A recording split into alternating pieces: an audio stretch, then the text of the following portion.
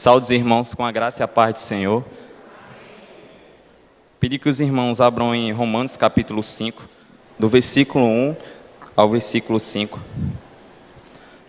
Irmãos, antes de ler o texto, eu não sei se os irmãos, quando está tendo louvor, prestem atenção na igreja.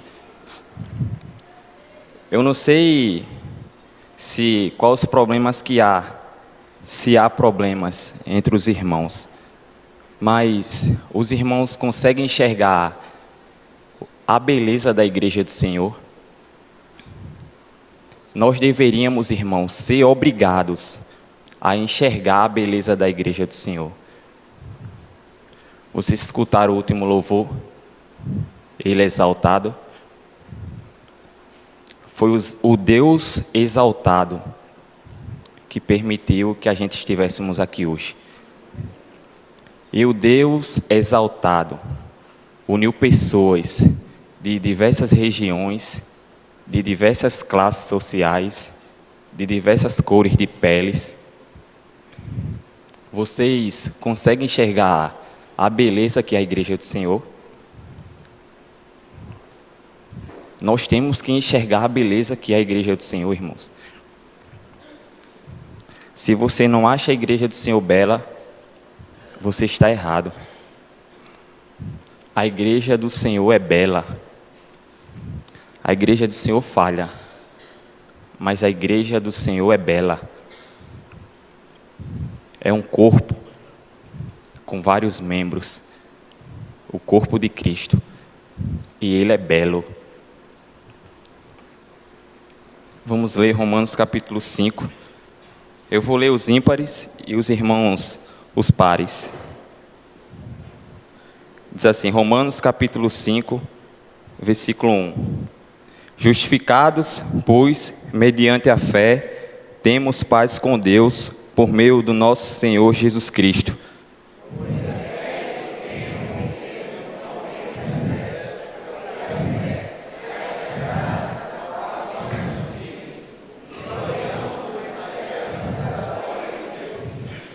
E não somente isto, mas também nos gloriamos nas tribulações, sabendo que a tribulação produz perseverança.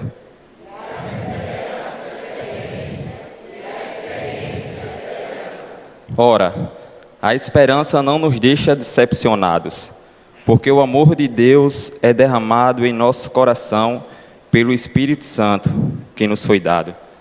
Vamos orar, irmãos.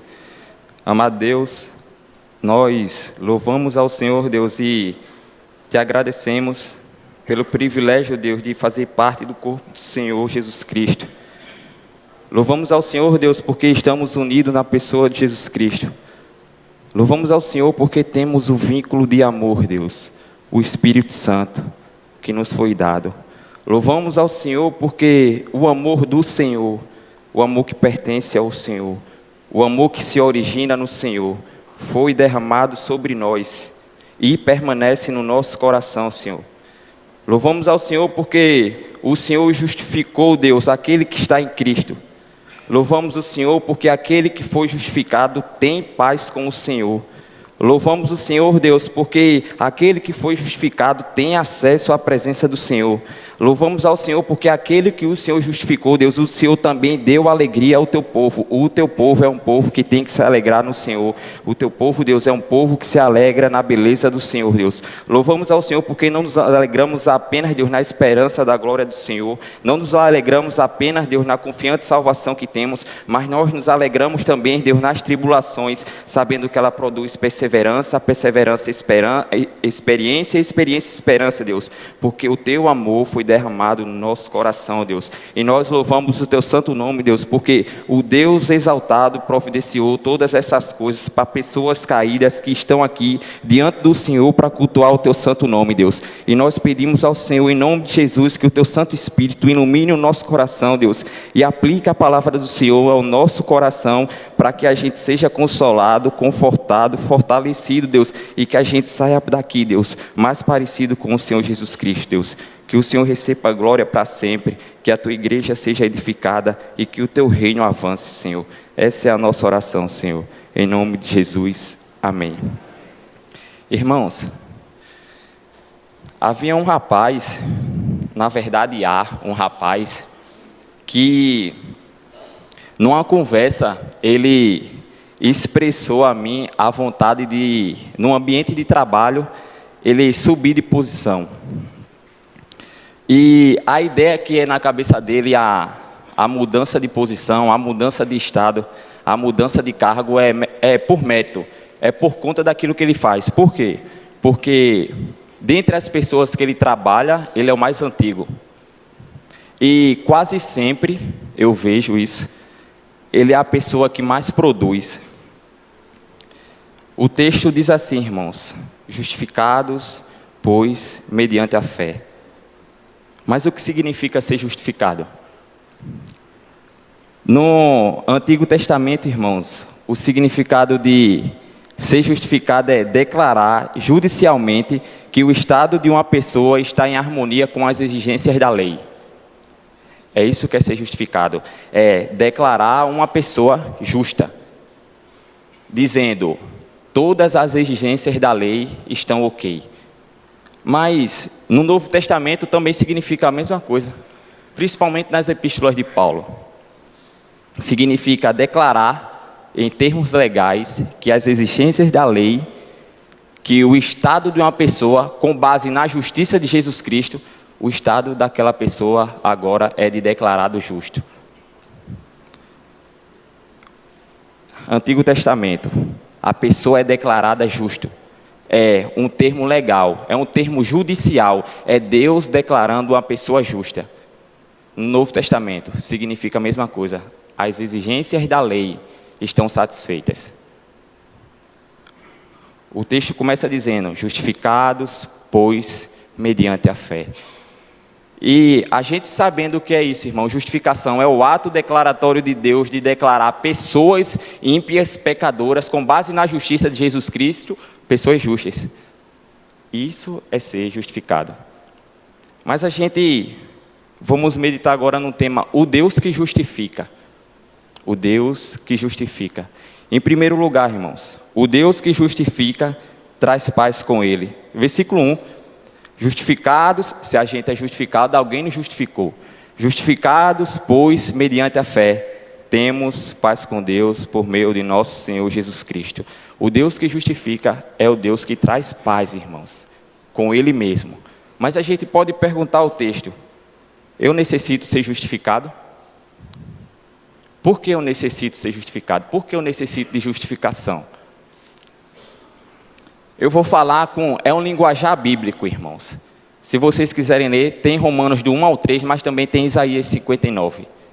Por que eu necessito ser justificado? É o que Paulo está falando, o que Paulo está mostrando de Romanos capítulo 1 ao 3. A necessidade de justificação de toda criatura. Só que eu vou falar agora na linguagem de Isaías. Por que eu necessito de justificado? E os irmãos me permitam usar o termo ficha. Eu vou mostrar no linguajar bíblico a necessidade que a gente tem de justificação por causa da nossa ficha outrora. Éramos separados de Deus por causa dos nossos pecados. Nossos lábios eram cheios de mentiras e nossa boca transbordava corrupção. Isso é Isaías falando, tá? Ninguém entrava em causa com justiça. Ninguém fazia defesa com integridade. Nos apoiávamos em argumentos vazios e falávamos mentiras.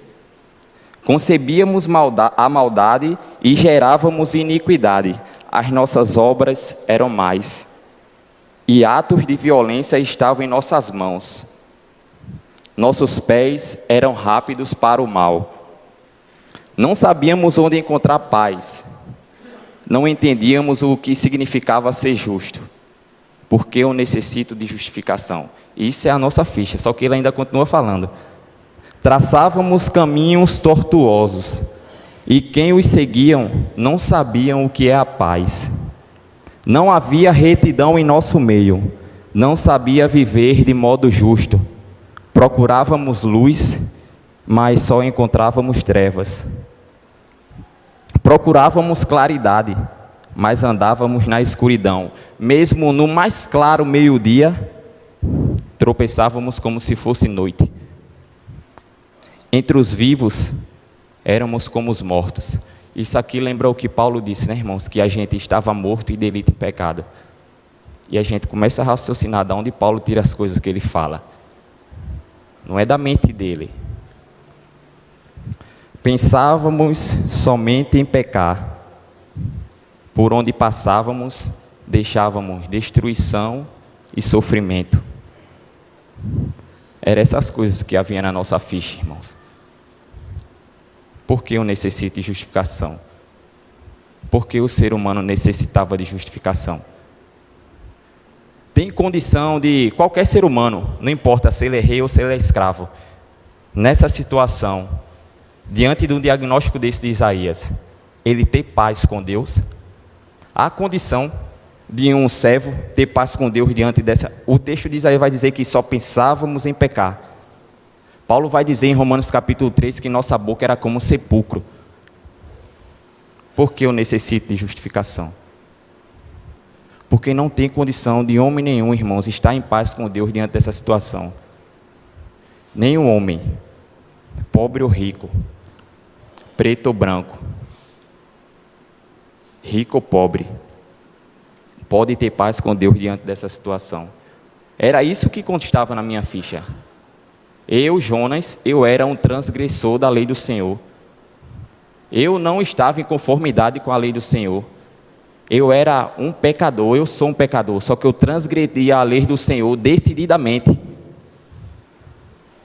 Eu não tinha paz com Deus. O ser humano sem Jesus Cristo, sem justificação, ele não tem paz com Deus. Por que eu necessito ser justificado?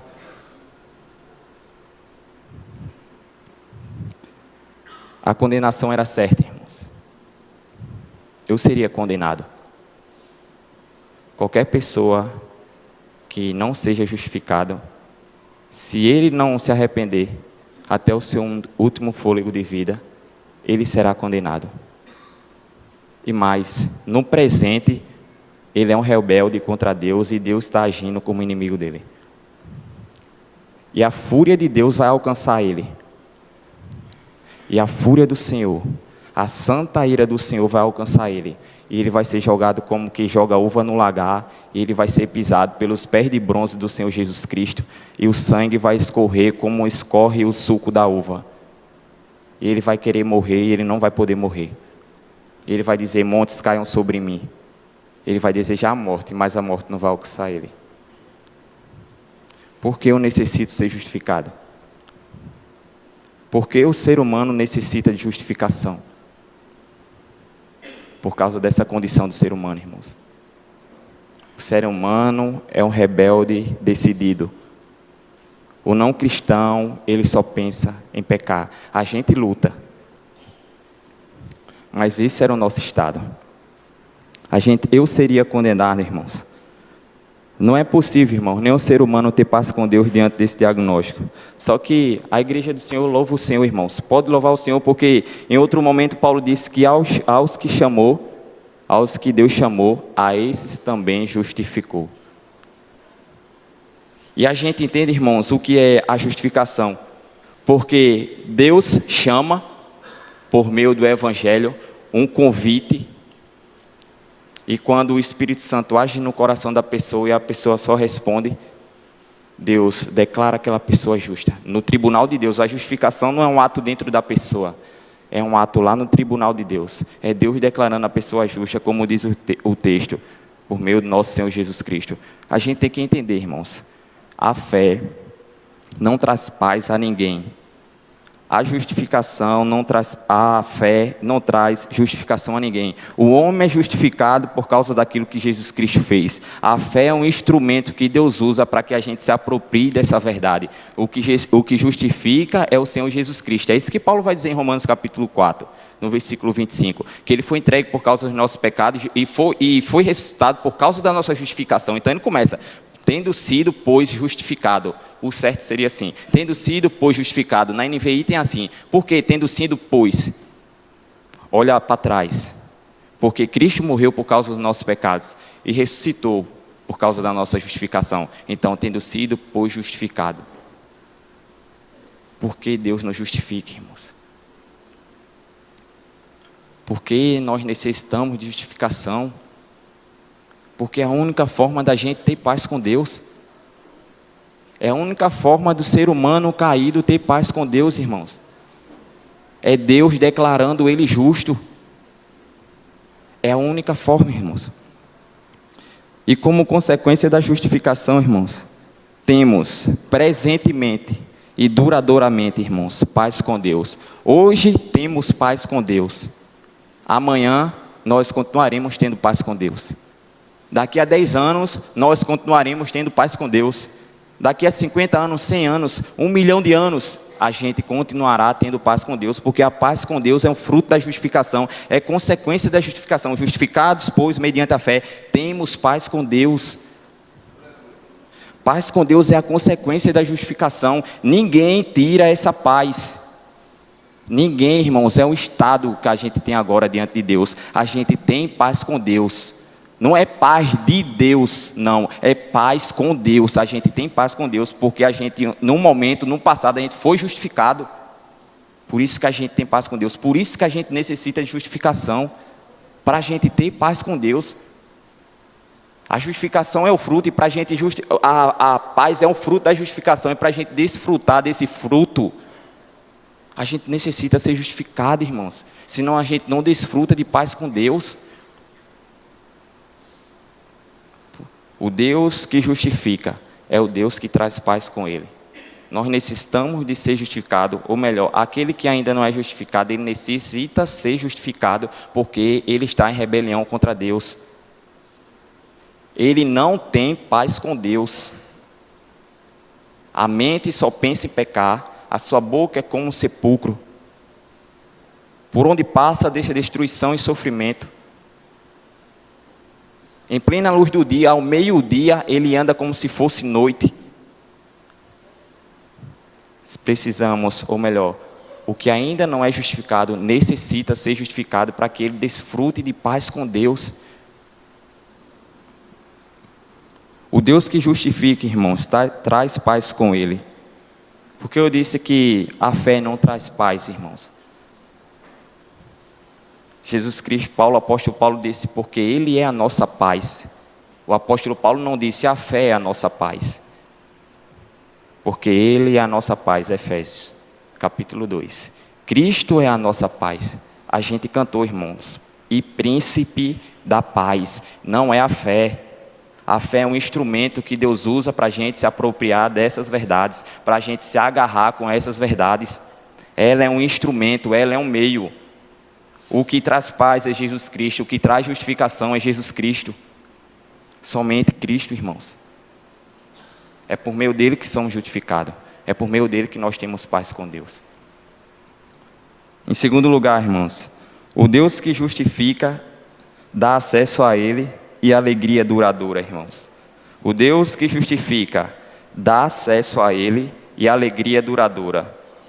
Versículo 2 ao versículo 4 diz assim: pelo qual, Jesus Cristo, obtivemos também acesso, pela fé, a esta graça na qual estamos firmes, e nos gloriamos na esperança da glória de Deus. Pelo qual obtivemos também acesso. Pelo qual também obtivemos acesso. Irmãos, como entrar num palácio real sem a permissão de alguém? Como entrar no palácio do rei sem que alguém nos dê acesso? Todo mundo aqui sabe quem é a rainha Vasti, né, irmãos? A rainha Vasti, irmãos, ela tinha acesso ao palácio e acesso à presença do rei, porque o rei concedeu isso a ela, porque o rei concedia isso a ela. Está lá em Esté. Vai dizer no capítulo 1, versículo 11, que ela tinha isso porque o rei concedeu isso a ela, porque o rei concedia isso a ela. Contudo, por conta da desobediência à ordem do rei, ela ficou proibida de comparecer à presença do rei. Versículo 1, 19. Nós não éramos como a rainha Vasti. Nós não tínhamos acesso à presença do rei. Nós não podíamos entrar, acessar o palácio real. A gente não podia. a gente não tinha esse acesso. Nós divergimos da rainha Esther nesse sentido. Ela tinha acesso ao palácio e à presença do rei, nós não. Não éramos como ela, irmãos. O palácio e a presença do rei, nós não podíamos entrar. Nós já nascemos como inimigos do rei, irmãos. Foi assim que a gente nasceu. Separado de Deus, em iniquidade. E toda a nossa disposição era em oposição à ordem do rei. Toda a nossa disposição era em oposição às ordens do rei. Nós o desobedecíamos e desobedecíamos ele decididamente. Não era forçado. Decididamente nós desobedecíamos o rei. Somente o próprio rei poderia mudar essa situação, irmãos, e fazer-nos nos aproximar dele. Esse rei teria que ser muito bondoso, irmãos. Esse rei teria que ser altamente misericordioso, irmãos. Esse rei, ele teria que ser extremamente gracioso, irmãos.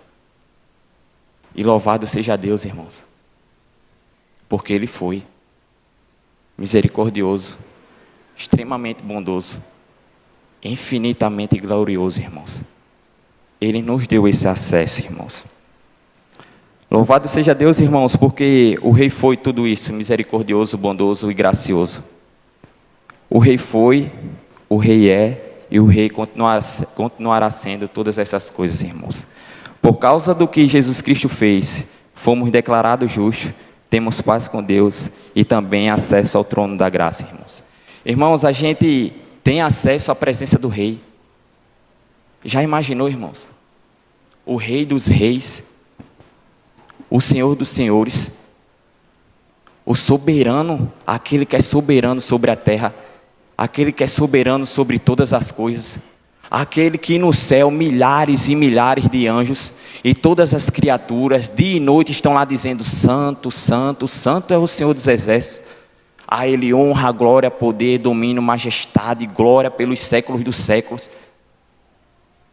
Já imaginou, irmãos? A gente não tinha acesso a esse ser, a essa pessoa santa, majestosa, gloriosa. Só que agora a gente tem acesso, a gente pode se achegar lá no trono da graça. Lembra do que o autor de Hebreus diz? O autor de Hebreus convidando o pessoal do tempo dele. E hoje, quando a gente lê, é um convite também: acheguemo-nos, portanto, junto ao trono da graça, a fim de a gente encontrar misericórdia e achar graça para ajuda em momento oportuno.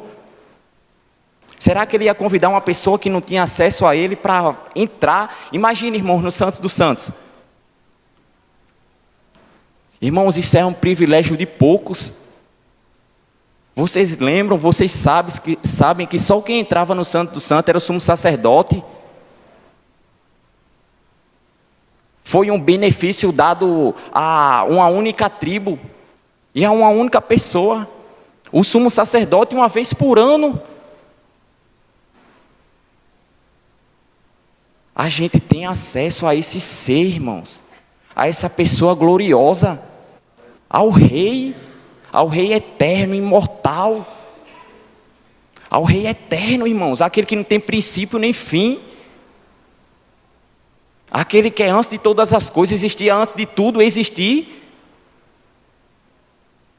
E hoje a gente tem acesso a esse ser, um ser celeste, belo, alegre. A gente tem acesso a um ser que a gente pode chegar à presença dele. A gente pode adentrar lá, abrir a porta por meu nosso Senhor Jesus Cristo, pela fé, abrir a porta lá e se ajoelhar, ou se sentar, ou se deitar diante do rei e colocar para fora tudo que a gente sente. Ou não era isso que o sumo sacerdote fazia? O sumo sacerdote tinha que entrar no Santos dos Santos, oferecer sacrifício por ele e para o povo.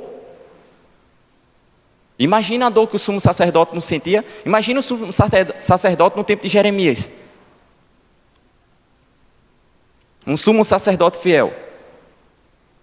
Imagina a dor que ele colocava diante do Senhor, que ele estava sentindo, por causa da rebeldia do povo. porque o povo estava pecando decididamente contra o Senhor. Imagina a dor que o sumo sacerdote não sentia lá ao colocar diante do Senhor a sua causa, porque ele tinha pecado contra o Senhor.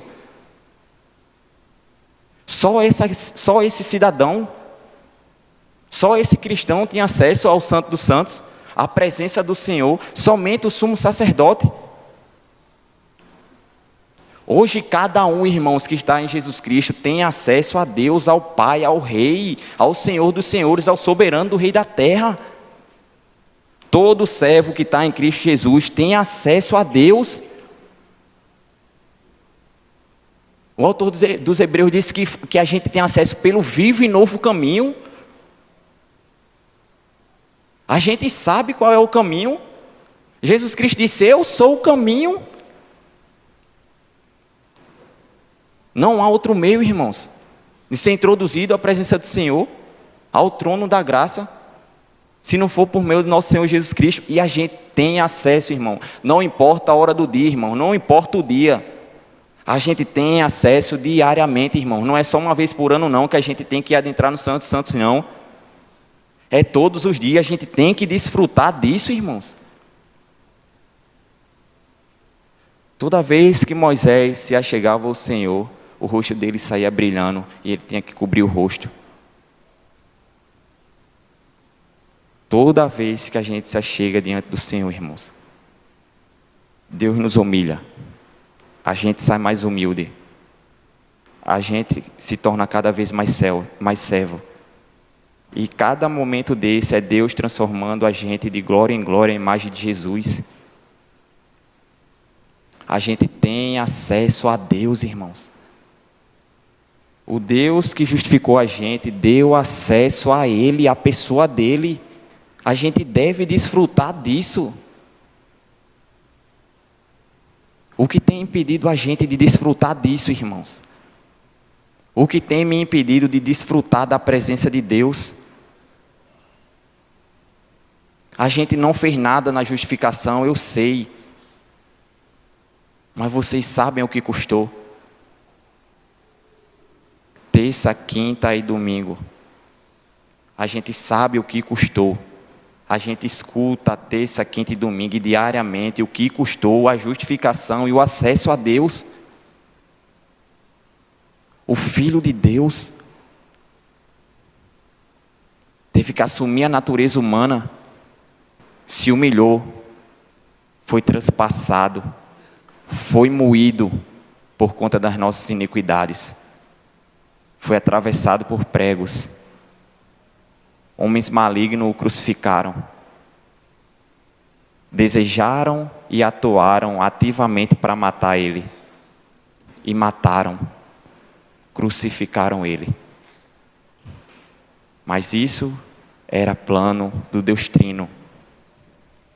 Só que esse Senhor Jesus Cristo, Ele ressuscitou por causa da nossa justificação. E o véu foi rasgado de alto a baixo, irmãos. Não há mais véu. O acesso está livre. O que tem impedido de a gente acessar a presença do Senhor? O que é que tem impedido a gente de acessar a presença do Senhor? Ele nos justificou. Uma vez que Ele nos justificou, Ele deu acesso a gente até Ele. Desfrute disso, irmãos. Não há nada mais prazeroso que isso. Nada é mais alegre do que isso, irmãos. Davi saltava da alegria na presença do Senhor. A tristeza pula de alegria na presença do Senhor. Desfrute do acesso que lhe foi dado. Nós não fizemos nada para ter esse acesso. Ele nos foi dado. Desfrute disso, irmãos. Mas só que, não somente isso, irmãos, o texto diz, nós não só temos acesso à presença de Deus, mas nós nos gloriamos na esperança da glória de Deus. Uma das marcas do cristão, irmãos, deveria ser a alegria, ou melhor, deve ser a alegria. O cristão deve ser alegre. O cristão é a pessoa que mais tem motivo para ser alegre. O cristão é para sorrir mesmo, combater do vento no seu rosto. Porque ele sabe, irmãos, em quem ele crido, em quem ele tem crido. Ele sabe o que o Senhor, um ser santo, altamente santo, majestoso, fez por ele. E esse Senhor, ele é satisfeito nele mesmo. Ele não necessita de nada fora dele. Mas ele resolveu, irmãos, por meio do sangue do Filho dele, comprar uma igreja e dar alegria a essa igreja nele, nas coisas dele. É nisso que a gente tem que se alegrar, irmãos. A nossa alegria tem que estar fundamentada naquilo que Cristo fez por nós, naquilo que o Deus Trino deu a nós. E não é qualquer alegria, irmãos. Não é uma alegria passageira. Não é uma alegria momentânea, sem fundamento, não. Não é essa alegria, irmãos. É uma grande alegria. Uma alegria longa e duradoura. Essa tem que ser a alegria, irmãos. Uma alegria sólida, bem fundamentada, uma alegria confiante, segura. Alegria que não pode ser tirada do cristão. A alegria de quem participará da glória final de Deus, irmãos. É essa a alegria. É nisso que a gente tem que se alegrar, na esperança da glória de Deus. No mundo vindouro, que a gente prova ainda aqui. A alegria de quem participará da bem-aventurada vida em toda a sua plenitude. Nós participaremos da bem-aventurada vida em toda a sua plenitude, onde não vai haver mais choro, onde não vai haver dor, onde não vai haver luto, não vai haver nada disso lá, irmãos. É disso que a gente vai participar. Quer algo mais glorioso que isso? Alguma coisa causa alegria no seu coração mais do que isso?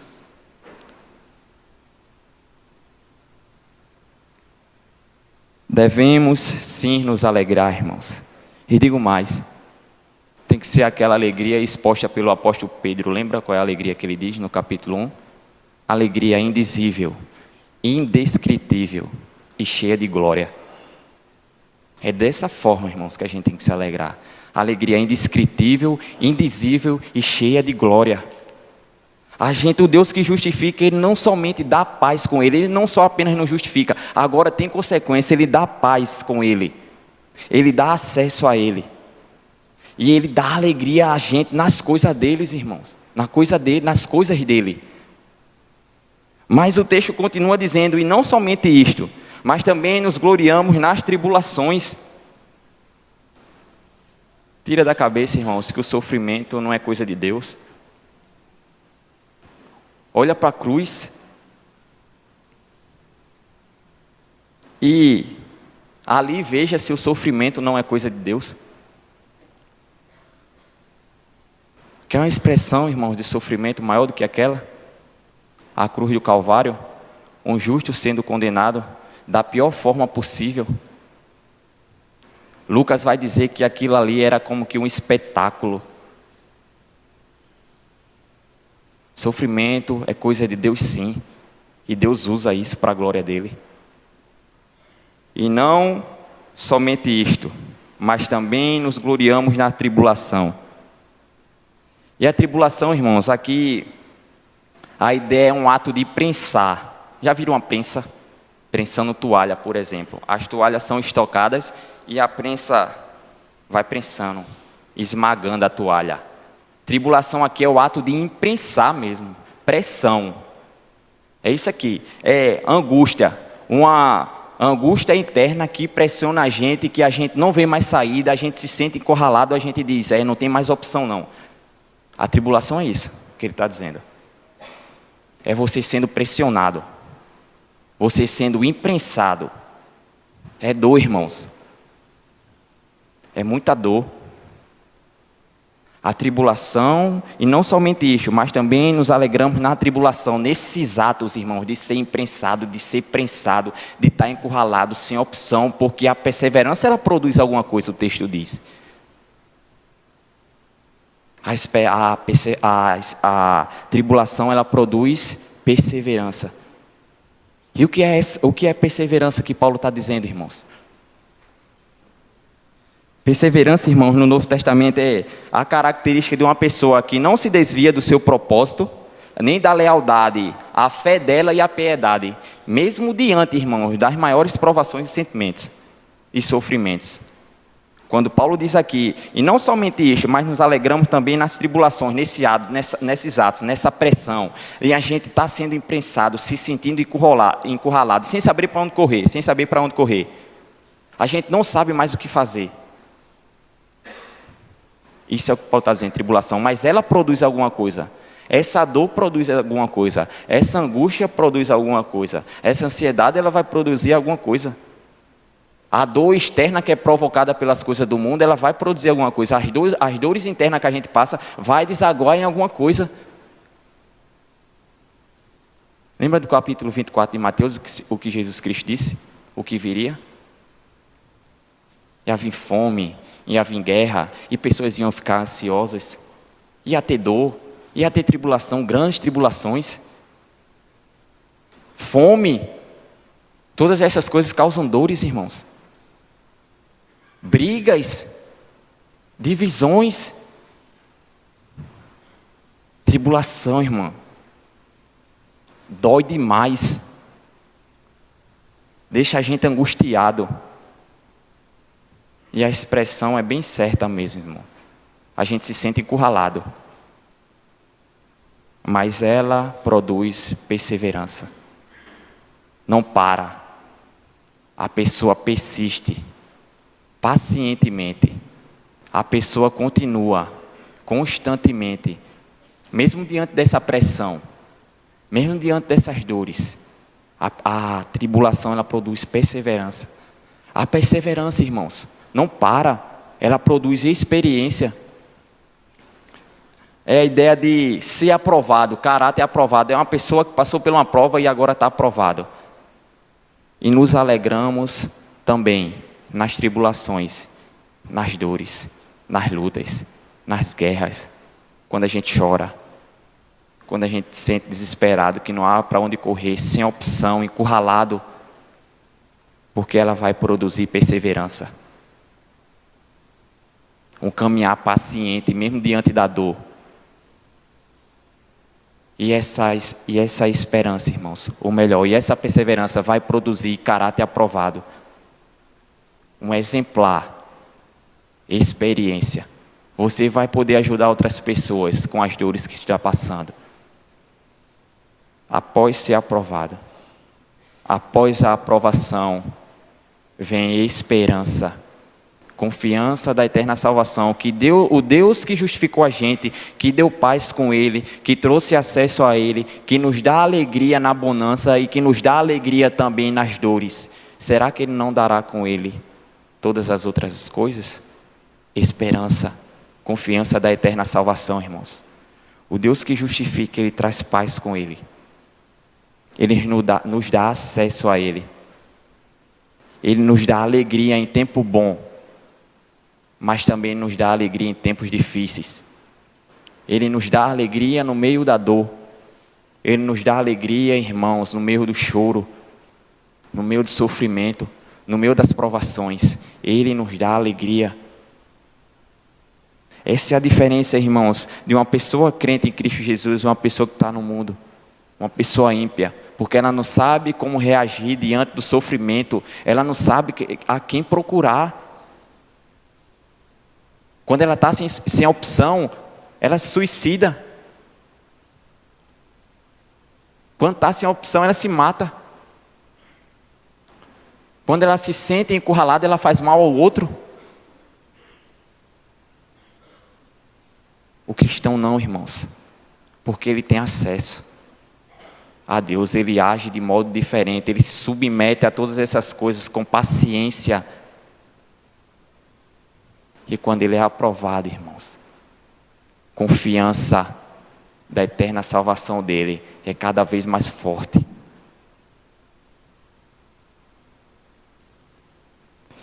A tribulação, irmãos, quando olhamos para ela como algo que Deus está usando para nos tornar de glória em glória a imagem de Jesus, ela vai fortalecer a nossa fé e robustecer a nossa alegria, irmãos. A gente vai ter uma fé cada vez mais sólida e uma alegria cada vez mais bem fundamentada, irmãos. A gente vai saber onde colocar a nossa alegria.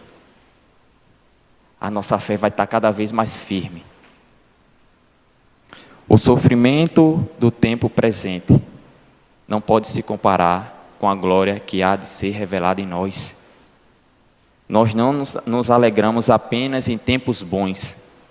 Nos alegramos também, devemos também nos alegrar em tempos maus, irmãos. Tempos difíceis, tempos de dores. E Deus nos concede isso, irmãos. Isso é obra dele. Irmãos, eu fico pensando, apóstolo Paulo, claro, estava inspirado pelo Espírito Santo, mas olha a consciência do homem que ele diz: onde pois a jactância? Onde pois há o orgulho? Aonde é que tem espaço para soberba? Há espaço para arrogância? Há espaço para arrogância? Há espaço para altivez? Há espaço para qualquer um da gente se achar mais que o outro? Há espaço para isso? Não há espaço para isso. Vocês veem o quanto somos miseráveis, carentes, irmãos, a palavra é carentes. O quanto somos pobres. Porque tudo o que temos com respeito à salvação foi tudo dado. Todos os frutos da justificação, nós não fizemos nada para obter eles, ou a gente fez? Se nós temos paz é porque foi Deus que nos justificou. Se a gente tem acesso a Ele é porque o Senhor Jesus Cristo que deu a gente. Se a gente tem alegria, isso é um fruto do Espírito. As tribulações vêm do Senhor também. Onde pois há o orgulho, jactância, soberba, arrogância, altivez? Não há espaço para isso, irmãos. Irmãos, somos pessoas necessitadas.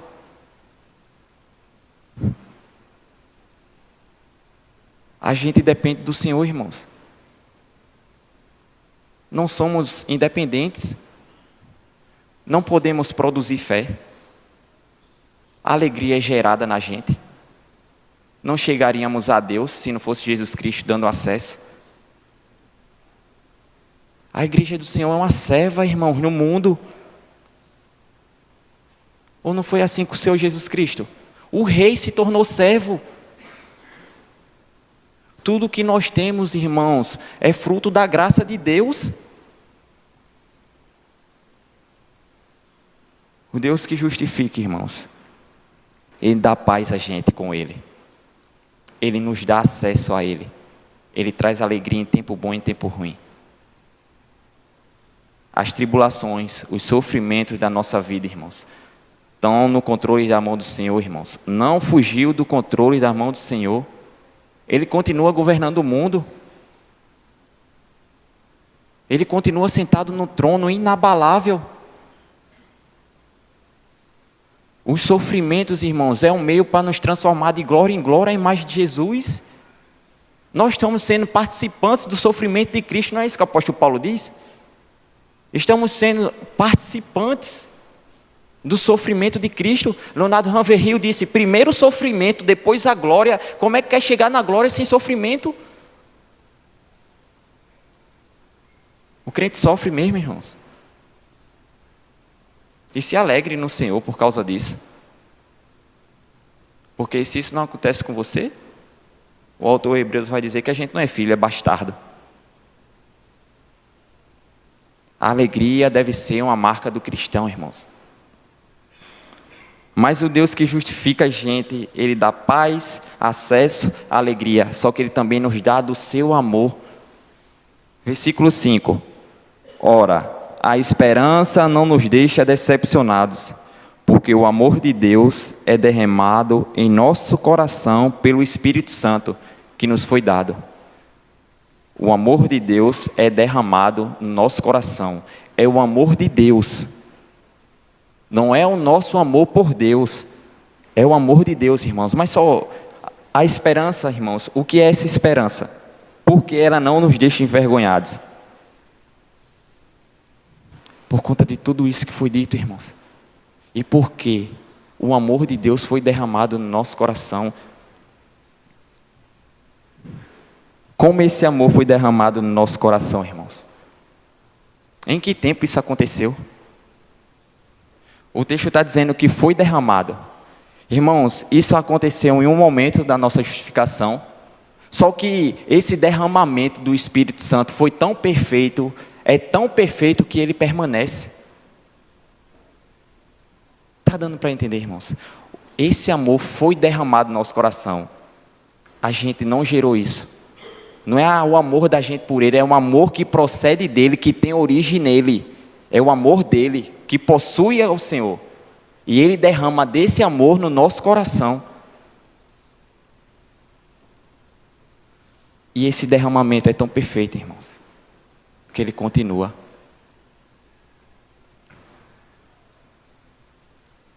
Como esse amor foi derramado no nosso coração? Qual foi o meio pelo qual isso aconteceu? Pelo Espírito Santo. Vocês entendem, irmãos, porque não há espaço para a glória humana? Não há espaço para que a gente queira ser servido? Porque foi dado, irmãos, pelo Espírito Santo. Eu não sei se os irmãos estão conseguindo ver a beleza do texto, irmão. Só que aqui fala do Deus Pai, do Deus Filho e do Deus Espírito Santo. A trindade inteira envolvida, irmãos. É a trindade inteira envolvida nisso aqui. O amor não é o fruto do Espírito, é obra do Espírito. Foi derramado pelo Espírito. Como em tudo que nos foi dado até aqui, irmãos, com amor não é diferente. Esse amor nos foi dado pelo Espírito Santo, a terceira pessoa da Trindade. O amor que nos foi dado não é fruto de nenhuma obra realizada por nós. Nós não fizemos nada para que esse amor fosse derramado sobre a gente. Esse amor que foi derramado sobre nós não foi por merecimento, não foi gerado no nosso coração, foi gerado no nosso coração, irmãos, pela atividade divina. Esse amor derramado foi obra do Espírito Santo, do Espírito que nos foi dado. Não há mérito nenhum da nossa parte. Não há mérito nenhum da nossa parte. Nós não trabalhamos para receber esse amor. Irmãos, pensem num Deus trino envolvido na salvação de criaturas como nós. Pense na pessoa do Senhor Jesus Cristo, sendo crucificado na cruz do Calvário. Pense no Espírito de Deus e no Espírito de Cristo agora no nosso coração. Foi nos dado. Nós não trabalhamos para merecer isso, para receber isso. Não há mérito nenhum da nossa parte, irmãos.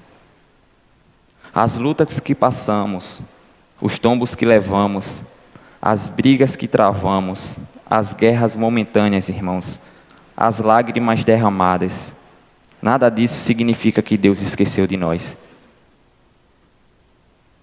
Todas as coisas devem servir à vontade do Criador, porque segundo o seu paternal favor para conosco, Ele reverte todas as provações oriundas da cruz em nossa salvação.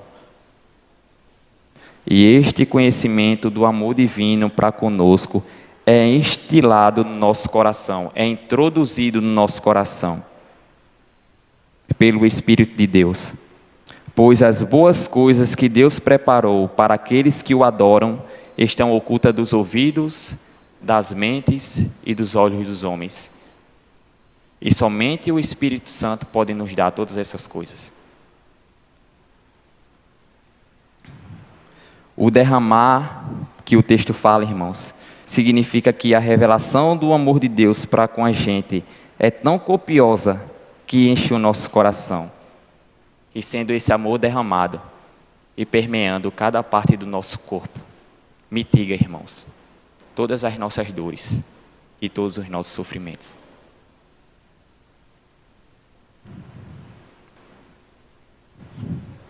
Deus nos amou, irmãos. Deus nos ama. Deus ama a sua igreja, irmãos. Às vezes é incompreensível. Só que por graça Ele nos dá a conhecer desse amor. Mas não é porque você trabalha. É porque o Espírito Santo quer dar isso a gente. Eu vou fazer 3 rápidas aplicações, irmãos. Já que a gente falou de paz, irmãos, temos desfrutado de paz nos nossos relacionamentos?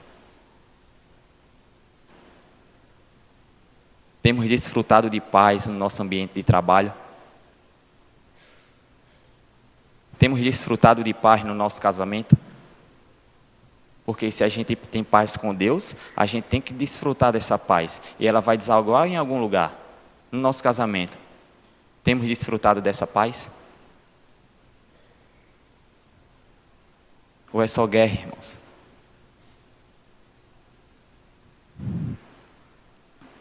Temos desfrutado de paz dentro da igreja? Temos desfrutado dessa paz no local onde a gente congrega?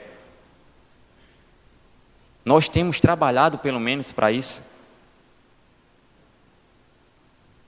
Paulo disse que no que fosse possível a gente teria que ter paz com todos os homens.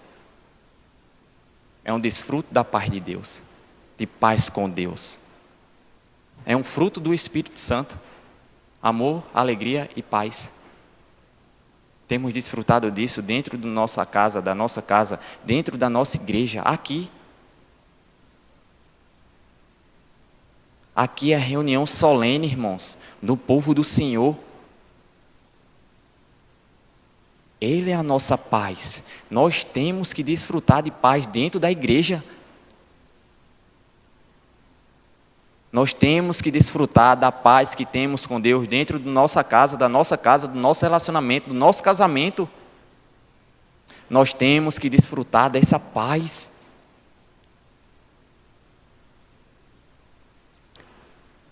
Temos que desfrutar do acesso com o Senhor, irmãos. Isso custou muito caro, irmãos. Esse acesso que temos hoje. Custou a vida do Filho de Deus. O seu filho. O seu único filho. E por vezes a gente rejeita, irmãos, esse acesso, o desfrute da presença do Senhor. Há vários deuses, irmãos. Eu não sei se os irmãos já leram Agostinho de Hipona, mas Agostinho de Hipona tem um livro chamado A Cidade de Deus, e ele trata num capítulo apenas sobre falsos deuses. E um dos deuses que ele chama é prazer. Deus prazer. Será que é o Deus prazer que tem impedido com que a gente desfrute da presença do Senhor?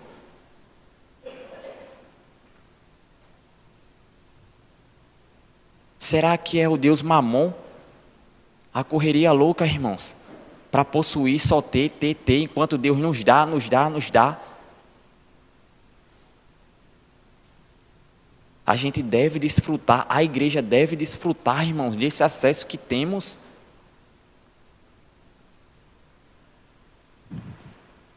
Alegre-se, irmãos, podem se alegrar. Mas não apenas no momento de bonança, mas também nas lutas, nas provações e nas tribulações que vêm sobre nós. Porque Deus está cuidando de nós, irmãos. Nosso Pai tem o controle de cada situação que acontece com a gente. O controle está nas suas mãos. Ele não apenas derramou o seu amor no nosso coração. É isso aqui, irmãos. Ele não apenas derramou o seu amor no nosso coração. Agora pensa no versículo 8, do próprio capítulo 5.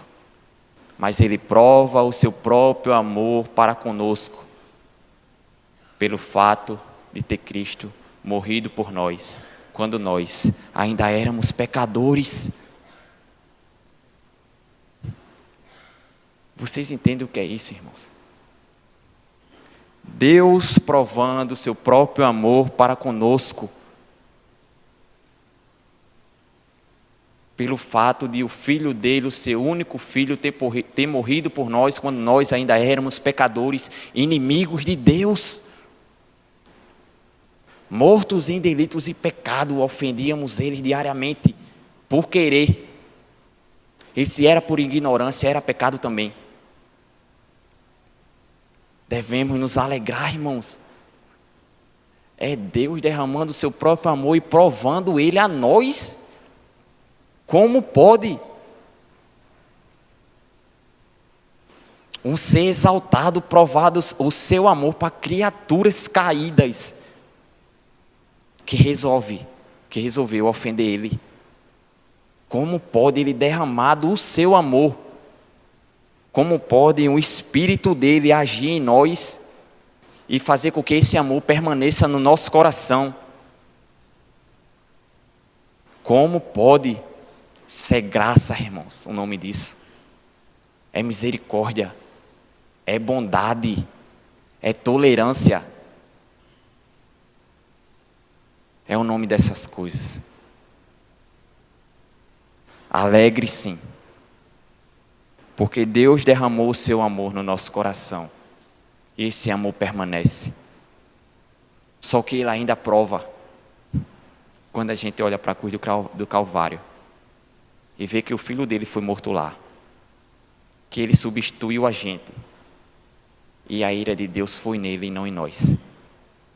Alegrem-se. Isso é motivo de a gente se alegrar e pular de alegria na presença do Senhor. Porque tudo que não merecíamos nos foi dado, por bondade sua.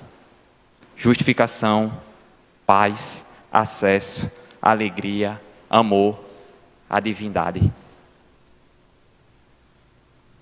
Lembra daquele moço que eu falei no início, irmãos? Na cabeça dele, irmãos, estava quase certo que ele mudaria de cargo, que ele passaria de posição, porque ele trabalhava muito. Ele não mudou. Não colocaram ele num cargo melhor que o que ele tinha. Sabe como é a justificação? Da mesma forma. Não é por trabalho nosso. Não é por merecimento nosso. O Senhor dá a quem quer. Que Deus nos abençoe, irmãos. Em nome de Jesus.